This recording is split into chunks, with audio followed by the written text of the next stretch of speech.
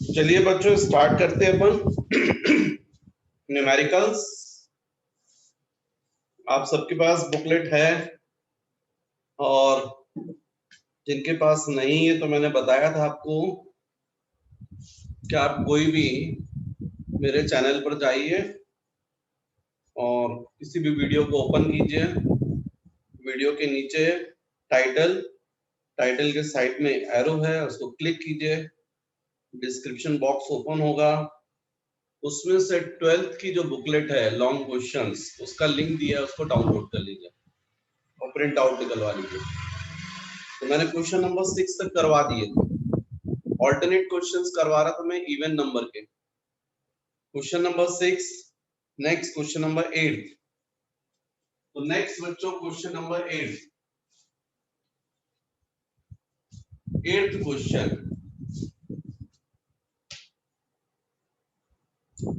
तो 8th question में two similar helium filled balloons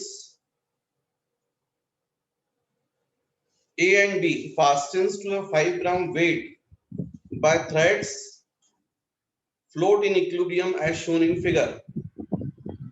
Find the magnitude of the charge on each balloon. Both the balloons carry equal charges. और फिर देखिए diagram दिया हुआ है। तो ये बैलून्स जिनमें हीलियम गैस फिल्ड है, हीलियम मतलब लाइट गैस। तो हीलियम जो है बच्चों वो लाइट गैस है और इस तरीके से 2 बैलून्स हैं।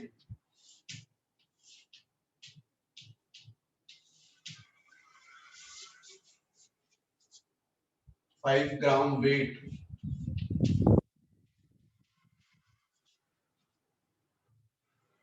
ये जो थ्रेड्स हैं उनकी लेंथ हमको गिवन है 1 मीटर और दोनों बैलून्स जो हैं उनके सेंटर का डिस्टेंस हमको गिवन है 0.60 मीटर।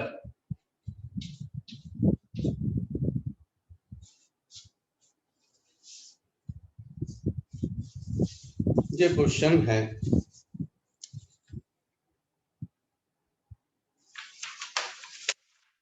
मैं रिपीट करता हूं।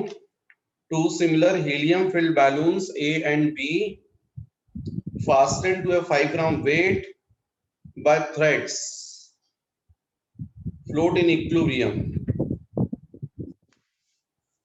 Find the magnitude of the charge on each balloon. Both the balloons carry equal charges. तो सपोज इस पर भी Q चार्ज है और इस पर भी Q चार्ज है।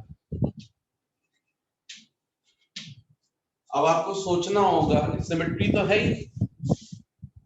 फर्स्ट बैलून सेकंड बैलून को रिपेल करेगा और सेकंड फर्स्ट को रिपेल करेगा।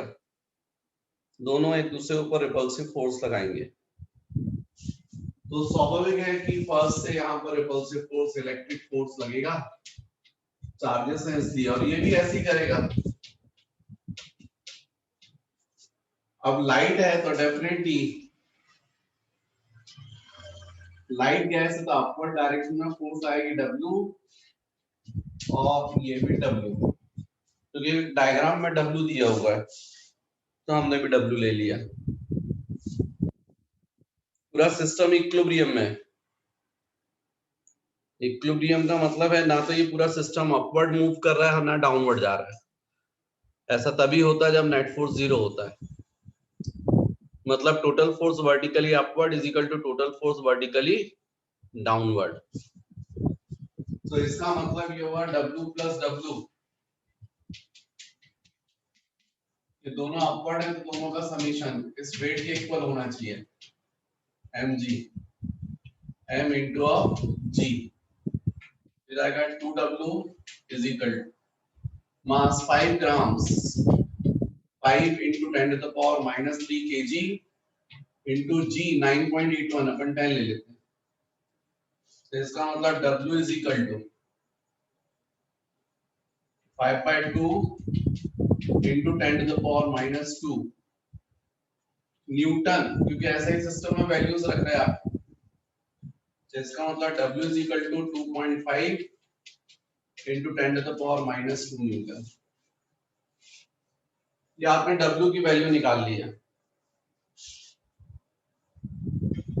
अब यहाँ पर डेफिनेटली इस वेट की वजह से यहाँ पर थ्रेड में टेंशन डबल होगा, T यहाँ भी सेम टेंशन T, और इस एंगल को थीटा अज्यूम कर लीजिए। ये O है, यहाँ से सेंटर पॉइंट को ज्वाइन कर दीजिए। अब ये T है, तो T को रिजॉल्व करोगे तो इससे horizontal component T cos theta जाएगा, vertical component T sin theta. यहाँ पर यदि अपन बात करें तो ये राइट साइड फोर्स F ही दिख रहा है, ये दिख रहा है आपको W, ये है T, और ये एंगल दिख रहा है थीटा। तो T का ये कंपोनेंट जो एंगल बना रहा है ये हो जाएगा T cos थीटा, और वर्टिकल कंपोनेंट ये हो जाएगा T sin थीटा। T से आपको मतलब नहीं, क्योंकि T को आपने रिजॉल्व कर लिया उसके कंपोनेंट्स में, T को आपने रिजॉल्व कर लिया उसके कंपोनेंट्स में।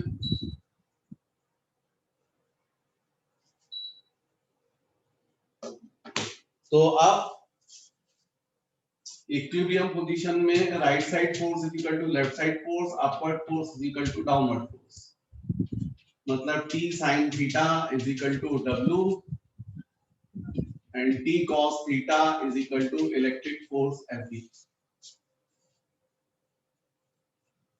डिवाइड कर दीजिए इसको, ये 1 है और ये 2 है, तो 1 divided by 2, T cancel, sin theta upon cos theta, tan theta is equal to W upon Fe।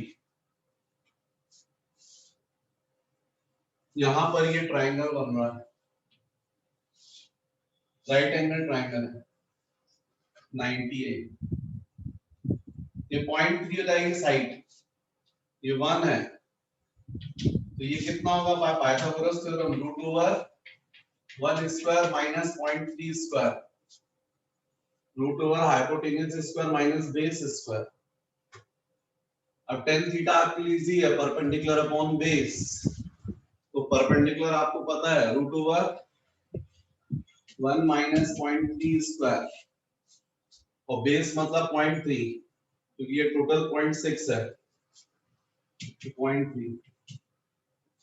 W की वैल्यू आप निकाल चुके हैं, 2.5 into 10 to the power minus 2, electric force हो गया Fe।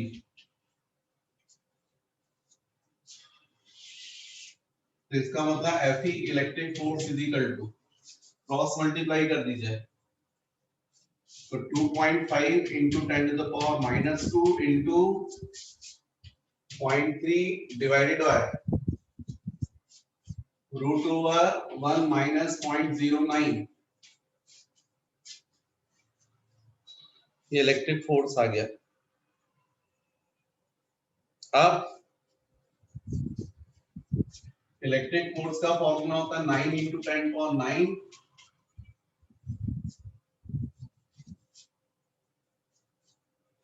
into Q square by distance square 0.6 square is equal to 2.5 into 0.3 into 10 to the power minus 2 divided by root over 1 minus 0.09। इससे बच्चों Q square की value निकल आएगी 0.6 square into 2.5 into 0.3 into 10 power minus 2 divided by 9 into 10 power 9 into root over 1 minus 0.09। तो Q के लिए root ले लीजिए, इसको आप सॉल्व कर लेंगे तो चार्ज की वैल्यू आ जाएगी। ये है बच्चों एक्चुअली में क्वेश्चन नंबर 8, इसको कॉपी कर लीजिए। नेक्स्ट है बच्चों क्वेश्चन नंबर 10, क्वेश्चन नंबर 10। लेकिन क्वेश्चन नंबर 10 करवाने से अच्छा मुझे तो 9th भी करवाने की इच्छा कर रही है, क्योंकि आपको दोनों में फर्क समझ में आए, क्योंकि दोनों ऐसा लगेगा जैसे क्वेश्चन सेम है लेकिन दोनों में बहुत फर्क है। तो बच्चों यहाँ मैं क्वेश्चन नंबर 9 भी करवा देता हूँ। 9 question, 2 point charges plus 4e and plus e are fixed at a distance a apart, where a third point charge q should be placed on the line joining the two charges so that it is in equilibrium, in which condition the equilibrium will be stable and in which unstable. 2 point charges plus 4e and plus e, plus 4e and plus e are fixed at a distance apart, where a third point charge q be placed on the line joining the two charges so that it is in equilibrium, in which condition the equilibrium will be stable and in which unstable. Fixed का मतलब यह हुआ कि आपने क्या किया, एक plastic ball है, उस बॉल पर वूल से फ्रिक्शन किया और फ्रिक्शन करके उसमें से आपने 4 इलेक्ट्रॉन रिमूव कर दिए, तो फर्स्ट बॉल पर कितना चार्ज आ जाएगा, प्लस 4e। ऐसे ही आपने सेकंड बॉल पर किया, वूल से फ्रिक्शन किया और 1 इलेक्ट्रॉन रिमूव कर दिया, तो कितना चार्ज आ जाएगा उस पर, सेकंड बॉल पर प्लस e। और दोनों में आपने बॉल में फेविकॉल लगाया और टेबल पर चिपका दिया, तो फिक्स हो गई बॉल्स ए डिस्टेंस पर। अब आपको क्वेश्चन में बोला है कि थर्ड पॉइंट चार्ज क्यू है, where a third point charge q should be placed on the line joining the two charges so that it is in equilibrium। तो जो थर्ड चार्ज है q, उसको यहां यदि रखा है अपन ने इनको ज्वाइन करने वाली लाइन पर, मान लीजिए फर्स्ट चार्ज से x डिस्टेंस पर, देखिए थर्ड चार्ज इक्विलिब्रियम में आ गया। थर्ड चार्ज जो है वो इक्विलिब्रियम में आ गया। इसका मतलब ये हुआ कि ये फर्स्ट बॉल हो गई, ये सेकंड हो गई और ये थर्ड हुई। तो फर्स्ट बॉल थर्ड के ऊपर क्या लगा रही होगी, रिपल्सिव फोर्स F31। F31 का मतलब force on third by first. ऐसे ही सेकंड बॉल भी क्या लगाएगी, रिपल्सिव फोर्स, तो इसको हम बोलेंगे F32। F32, F32 का मतलब force on third ball by second. और यदि ये थर्ड इक्विलिब्रियम में है, इसका मतलब है कि ये दोनों फोर्स एक दूसरे को कैंसिल कर रहे हैं। तो अपन क्या बोलेंगे, फॉर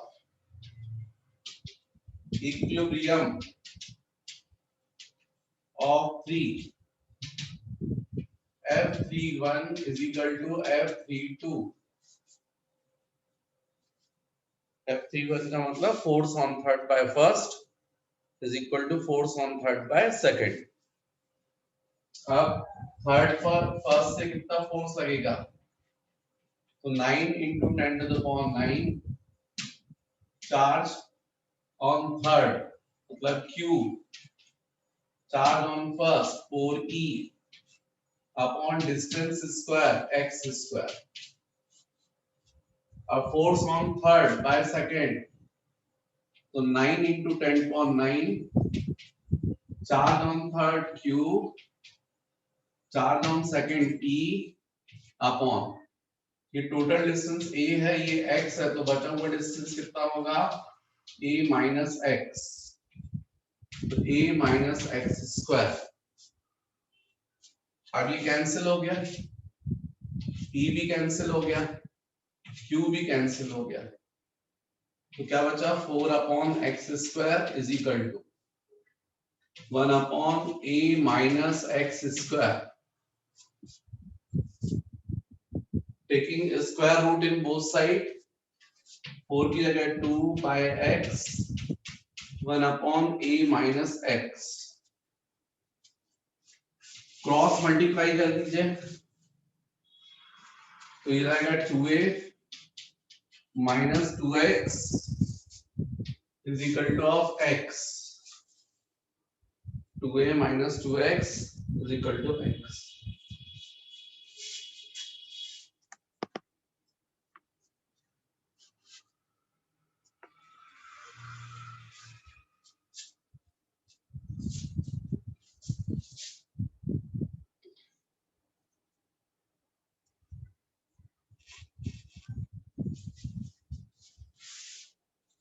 क्रॉस मल्टीप्लाई कर दिया, यहाँ पर 4 upon x square is equal to 1 upon a minus x square आया था, स्क्वायर रूट ले लिया तो ये आ गया, क्रॉस मल्टीप्लाई कर दिया तो 2a minus 2x is equal to x, या 2a is equal to 3x, तो 2 by 3 a is equal to of x।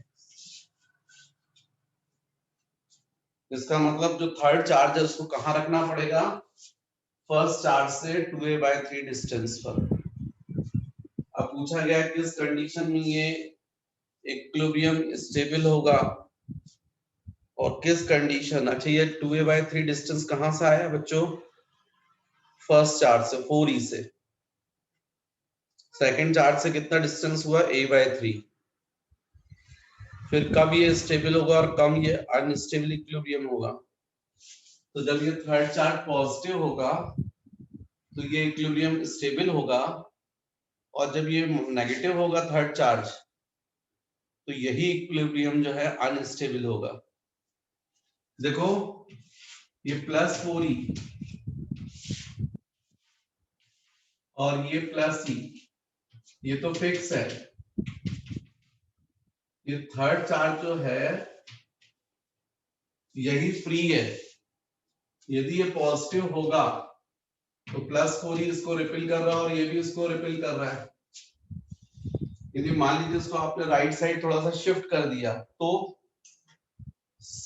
Second जो है उसकी वजह से रिपल्सिव फोर्स बढ़ जाएगा, क्योंकि डिस्टेंस जैसे ही आप कम करोगे तो रिपल्सिव फोर्स इंक्रीज हो जाएगा, तो ये अपने रिपल्सिव फोर्स की वजह से इसको वापस बैक लाएगा, यहां आएगा तो नेट फोर्स 0 जाएगा, लेकिन जैसे ही लेफ्ट आएगा तो फर्स्ट का रिपल्सिव फोर्स बढ़ जाएगा, तो ये वापस इस साइड जाएगा।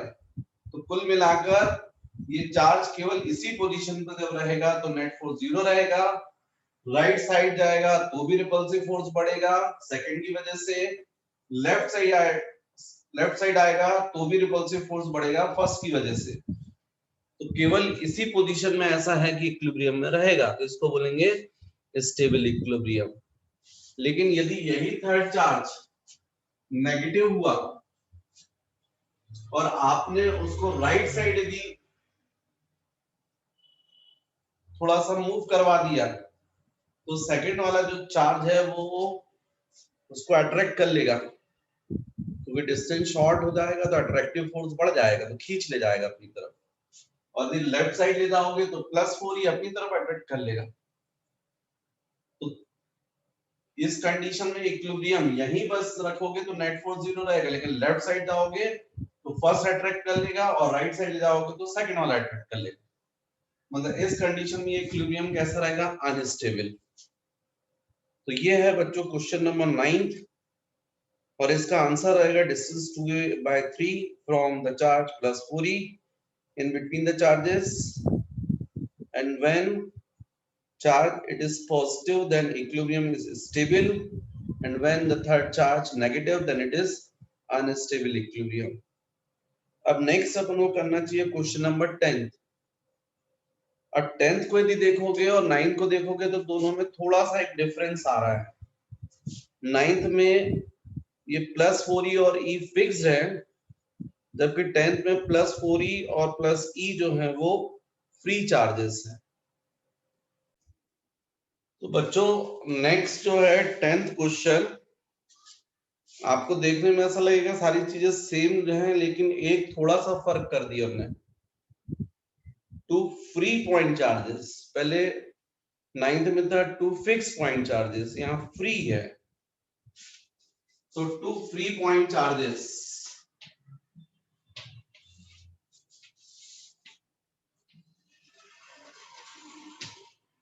+4e and +e are at a distance apart, where a third point charge q should be placed between them such that the entire system is in equilibrium. And what will be the magnitude and sign of q? And what type of equilibrium will it be? ये question है। मतलब यहाँ पर ये दोनों free charges हैं, fix नहीं किए हैं। इसका मतलब +4e e के ऊपर रिपल्सिव फोर्स लगा रहा होगा और +e जो है वो 4e के ऊपर भी सेम मैग्नीट्यूड का रिपल्सिव फोर्स लगा रहा है। तो यदि आप इनको छोड़ोगे तो ये खुद भी मूव कर जाएंगे इन रिपल्सिव फोर्स की वजह से। तो आपको थर्ड चार्ज रखना है Q को, ताकि इंटायर सिस्टम इक्विलिब्रियम में आ जाए। तो ये तय है कि जो थर्ड चार्ज आप रखोगे Q, वो डेफिनेटली नेगेटिव होना चाहिए, क्योंकि जब वो नेगेटिव रहेगा तभी तो इसको अट्रैक्ट करेगा, तभी तो इस पर नेट फोर्स 0 करेगा। तो यदि मैं इसको बोलूं फर्स्ट चार्ज, इसको मैं बोलूं सेकंड और इसको मैं बोलूं थर्ड, और फर्स्ट यदि सेकंड के ऊपर रिपल्सिव फोर्स लगा रहा है F21, F21 का मतलब force on second by first, तो इसके इक्विलिब्रियम के लिए जरूरी है कि थर्ड चार्ज इसको अट्रैक्ट करे सेम मैग्नीट्यूड से। तो इस फोर्स को हम लोग नेम देंगे F23। तो मतलब थर्ड के इक्विलिब्रियम, सेकंड के इक्विलिब्रियम के लिए, सेकंड, ये सेकंड कह रहा है, सेकंड के इक्विलिब्रियम के लिए जरूरी है कि F21 और F23 इक्वल होने चाहिए। F21 का मतलब force on second by first and F23 का मतलब force on second by third. ऐसा ही इसके इक्विलिब्रियम के लिए भी होगा। +4e इसको अट्रैक्ट करेगा और सेकंड जो है ये भी इसको अट्रैक्ट करेगा। ये दोनों फोर्स भी इक्वल मैग्नीट्यूड के होने चाहिए, तभी एक दूसरे को कैंसिल करेंगे और तब जाकर थर्ड जो है वो भी इक्विलिब्रियम में आएगा।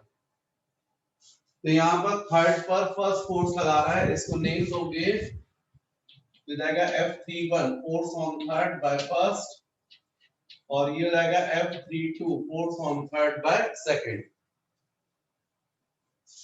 तो फिर हमको पहले यही ले लेना चाहिए for equilibrium of 3,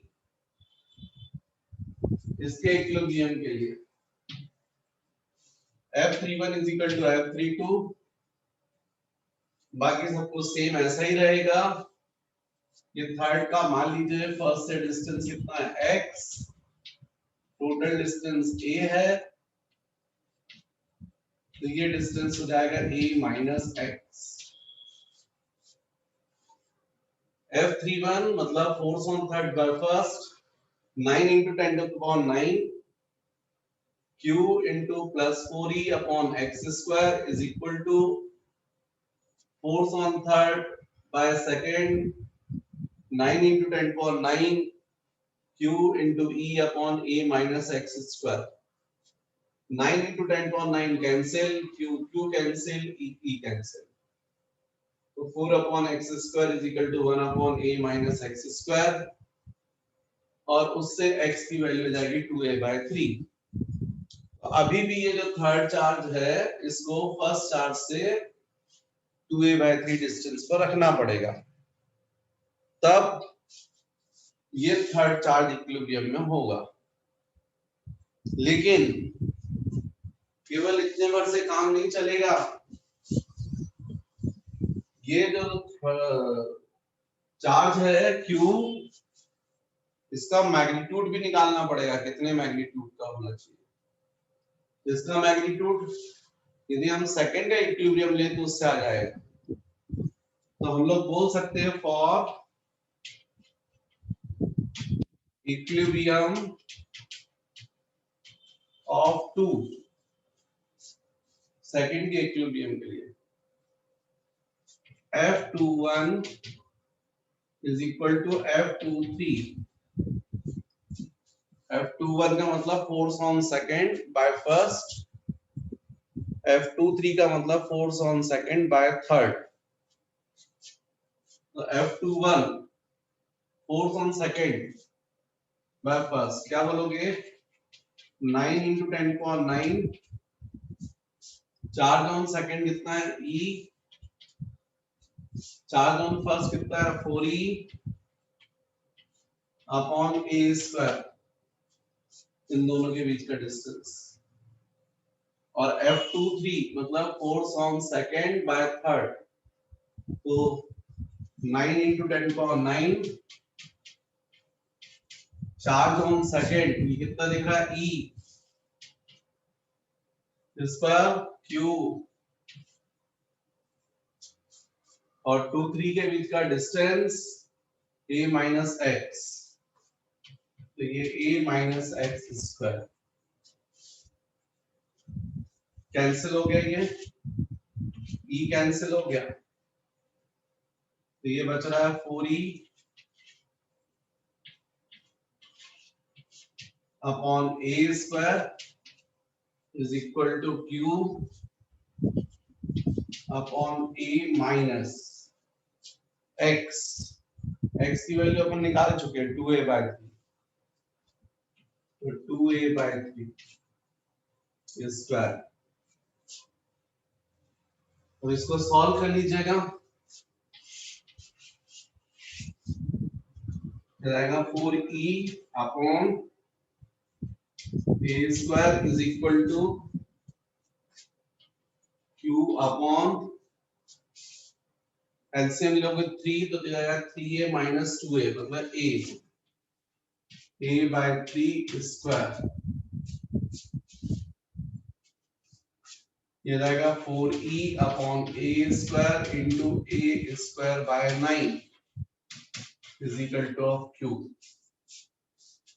a² cancel, 4E/9।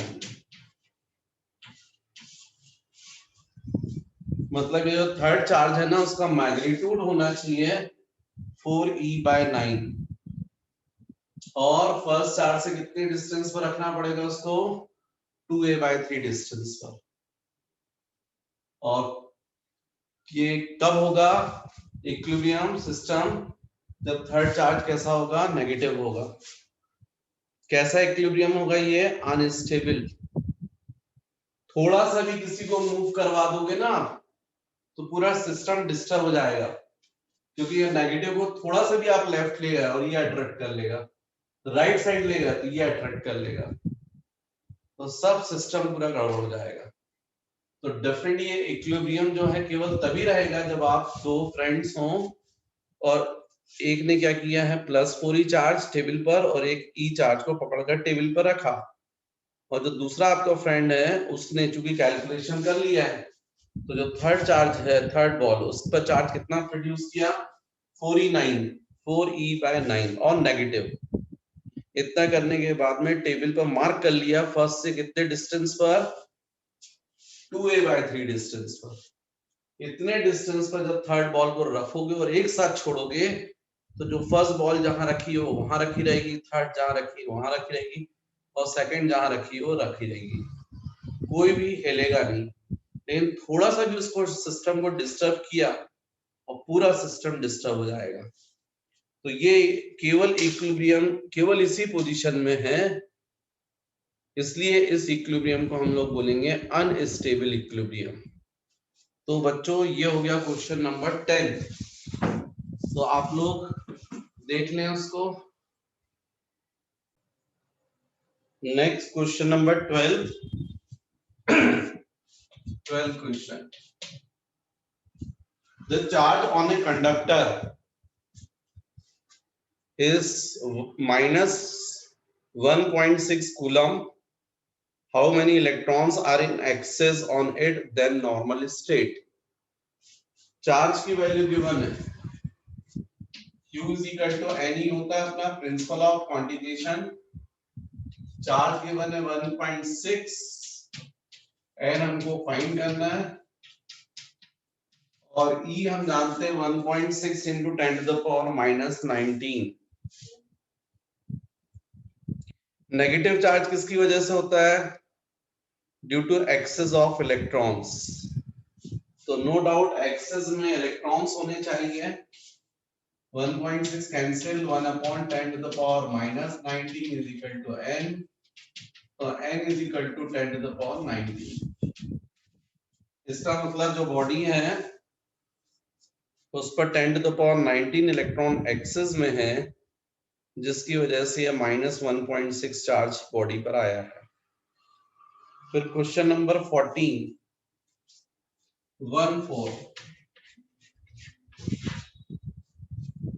A polythene piece rubbed with wool is found to have negative charge of 3.2 into 10 to the power minus 7 coulomb. Find the number of electron transferred from which to which. Is there any transfer of mass from wool to polythene? तो जो polythene piece है उसको आपने वूल से रब किया है, और ऐसा करने से पॉलीथीन पीस जो है उस पर नेगेटिव चार्ज आ रहा है 3.2 into 10 to the power minus 7 coulomb. तो हमको बताना find the number of electron transferred. भाई सीधी सीधी सी बात है कि पॉलीथीन पर यदि नेगेटिव चार्ज आया है, इसका मतलब पॉलीथीन पर एक्सेस में इलेक्ट्रॉन्स हो गए हैं जो वूल से आए होंगे। इसका मतलब है इलेक्ट्रॉन ट्रांसफर हुए हैं, कहां से कहां? From wool to polythene. कितने ट्रांसफर हुए हैं? तो जब चार्ज पता है हमको तो हम यहाँ पर अप्लाई कर सकते हैं प्रिंसिपल ऑफ क्वांटिजेशन। तो उसके बेसिस पर Q is equal to NE। Q की वैल्यू जाएगी 3.2 into 10 to the power minus 7 N, और E जाएगा 1.6 into 10 to the power minus 90। तो 1.6 से ये 2 जाएगा, तो 2 into 10 to the power minus 7 divided by 10 to the power minus 19 N, तो 2 into 10 to the power 12। इसका मतलब इतने इलेक्ट्रॉन जो है वो ट्रांसफर हुए हैं। कहां से कहां ट्रांसफर हुए हैं? Wool to polythene. Is there any transfer of mass from wool to? Of course mass increase हुआ है। जितने ज्यादा इलेक्ट्रॉन हो जाएंगे उतना मास इंक्रीज हो गया उतने टाइम्स, क्योंकि हमको मालूम है मास ऑफ इलेक्ट्रॉन होता है 9.1 into 10 to the power minus 31 kg। इसका मतलब है कि जो पॉलीथीन है उसका मास क्या हुआ है? इंक्रीज हुआ है। कितना इंक्रीज हुआ है? n times of mass of electron. केवल एक इलेक्ट्रॉन आया होता तो कितना मास इंक्रीज होता? Equal to mass of one electron. n हुए तो n टाइम्स हो जाएगा।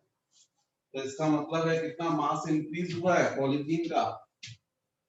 तो 2 into 10 to the power 12 into 9.1 into 10 to the power minus 31 kg। कितना मास इंक्रीज हुआ है? इंक्रीज। नेक्स्ट है question number 16. Calculate the Coulombian force between an alpha particle and proton. 5.12 into 10 to the power minus 15 meter apart. Coulombian force, electric force, 9 into 10 power 9. Charge on alpha particle into charge on proton upon distance square. आप सबको पता होना चाहिए कि alpha particle पर charge जो होता है वो प्रोटॉन के चार्ज का डबल होता है. तो इसका मतलब है Fe is equal to 9 into 10 power 9 into ये हो जाएगा 2e और प्रोटॉन पर e अपॉन आर स्क्वायर. मैंने आपको बताया था प्रोटॉन पर चार्ज अपन प्लस सी से डिनोट करते हैं. इसका मतलब इलेक्ट्रिक फोर्स हो जाएगा Fe is equal to 9 into 10 power 9 into 2 into e square upon r square. तो electric force is equal to ये हो जाएगा 18 into 10 to the power 9 into e square by r square. 1.6 into 10 to the power minus 19 divided by r. Distance हमको given है 5.12 into 10 to the power minus 15 whole square. इसको बच्चों solve कर लोगे answer आ जाएगा. ये next question number 18. Two positive charges distance 0.1 meter apart repel each other with a force of 18 Newton. If the sum of the charges be 9 microcoulomb, then calculate their separate values. तो यहाँ पर question number 18. Two positive charges distance 0.1 meter apart repel each other with a force of 18 Newton. If the sum of the charges be Q1 plus Q2 is equal to 9 microcoulomb, then calculate their separate values. हमको question में given है बच्चों to positive charges. समझे? Equal charges नहीं है तो एक पर Q1 ले लो एक पर Q2 ले लो और उनके बीच में रिपल्सिव फोर्स लग रहा है वो गिवन है और उनके चार्जेस का समीशन गिवन है. Q1 Q2 फाइंड करना है. 2 अननोन है तो 2 इक्वेशन होना चाहिए. तो एक इक्वेशन तो यही निकल आया Q गिवन है तो Q1 plus Q2 is equal to 9 microcoulomb.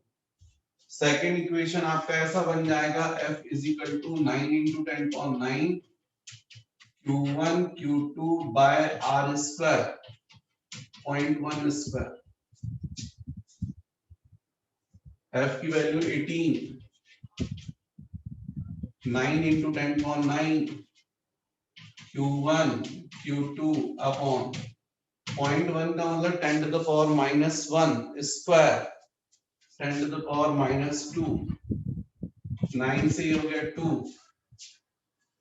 यदि इसको क्रॉस मल्टीप्लाई करोगे तो जाएगा 10 to the सॉरी इसको सॉल्व करोगे तो जाएगा 10 to the power 11 हो जाएगा. क्रॉस मल्टीप्लाई करोगे तो 2 upon 10 to the power 11 मतलब 2 into 10 to the power minus 11 is equal to Q1 Q2. ये आ जाएगा. और यदि एक 10 से मल्टीप्लाई कर दोगे और एक 10 से डिवाइड कर दो यदि तो ये हो जाएगा 20 into 10 to the power minus 12 Q1 Q2. अब ऐसा मैंने क्यों किया उसका रीजन है अभी आपको समझ में आएगा. 20 into 10 to the power minus 12 10 to the power minus 6 micro होता है. माइक्रो स्क्वायर करोगे तो 10 to the power minus 12 होगा. तो अभी सॉल्व करने में थोड़ा सा जरूरत पड़ेगी उसकी. तो बच्चों ये हो गया आपका यहाँ तक। अब इन दोनों इक्वेशंस को सॉल्व करना है 1 और 2 को। हालांकि सॉल्व करने का तरीका मैंने आपको बताया है कि पिछले किसी क्वेश्चन में, कि बेटर ये आपको Q1 माइनस Q2 निकालना चाहिए। तो Q1 माइनस Q2 कैसे निकालोगे, तो उसका मैंने आपको डिस्कशन किया था। तो ऐसे समझाया था मैंने, ये Q1 प्लस Q2 आया है, आप एक इक्वेशन और बनाइए Q1 माइनस Q2 का। कैसे बनाएंगे, तो मैंने आपको बोला था Q1 minus Q2 whole square is equal to Q1 plus Q2 whole square minus 4 times of Q1 Q2। ये सिंपल सा फॉर्मूला है मैथमेटिक्स का, a minus b whole square is equal to a plus b whole square minus 4 times of a b. आप देखो ना, यदि इसको open करके देखो तो क्या हो जाएगा, a minus b whole square a square plus b square minus 2ab। और इसको सॉल्व करके देखो, ये भी लेफ्ट हैंड साइड्स के इक्वल आ जाएगा, a square plus b square plus 2ab minus 4ab, मतलब सेम इक्वल है। पर ऐसा करने से फायदा ये मिल गया Q1 minus Q2 whole square is equal to Q1 plus Q2 आपको पता है 9 microcoulomb square minus 4 times of Q1 Q2 की वैल्यू आपको पता है 20 into 10 to the power minus 12। अब ये माइक्रो मतलब 10 टू द पावर माइनस 6 होता है, स्क्वायर करोगे तो ये हो जाएगा 81 into 10 to the power minus 12 minus 80 into 10 to the power minus 12 Q1 minus Q2 square. इसका मतलब Q1 minus Q2 is equal to 10 to the power minus 12 को कॉमन निकाल लो, 81 माइनस 80 मींस 1, जाएगा 1 into 10 to the power minus 12 और root ले लो Q1 minus Q2 whole square है, तो ये स्क्वायर रूट आएगा। तो Q1 माइनस Q2 की वैल्यू कितनी आ गई, 10 टू द पावर माइनस 6 आ गई, जिसको आप 1 माइक्रो भी बोल सकते हैं। Q1 minus Q2 is equal to 1 microcoulomb, 1 microcoulomb.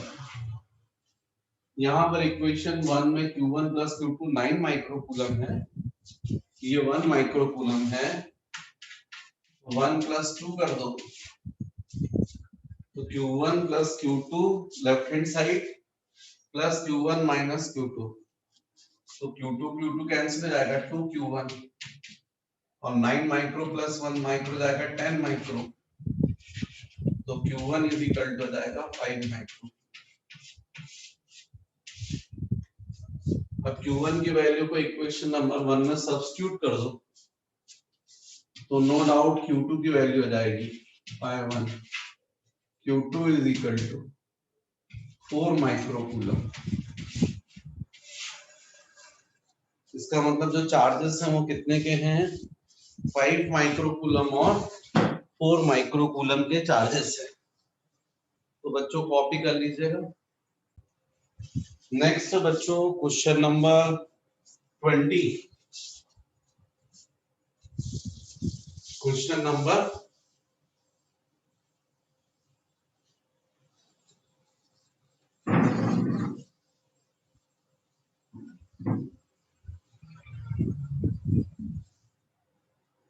20।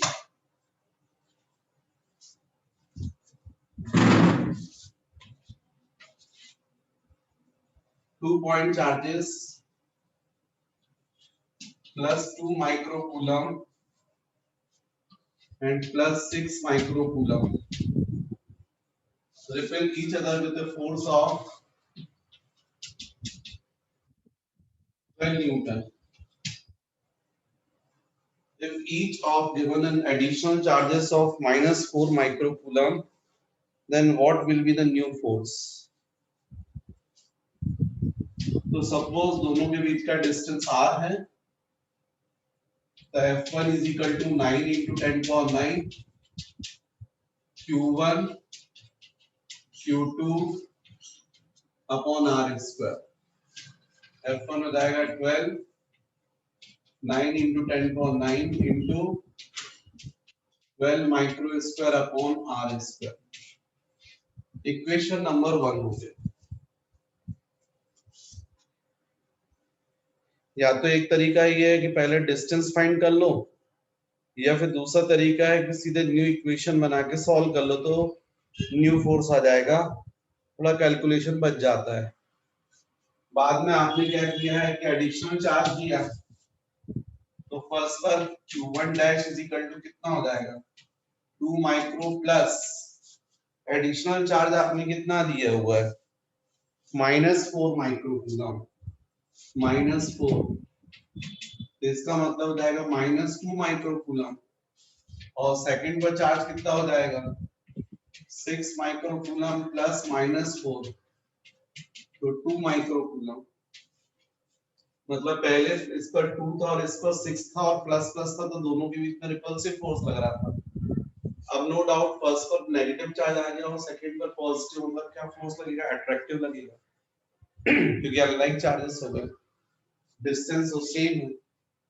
तो सपोज न्यू फोर्स हो गया F2, तो F2 is equal to 9 into 10⁹ Q1 dash into Q2 dash upon r square.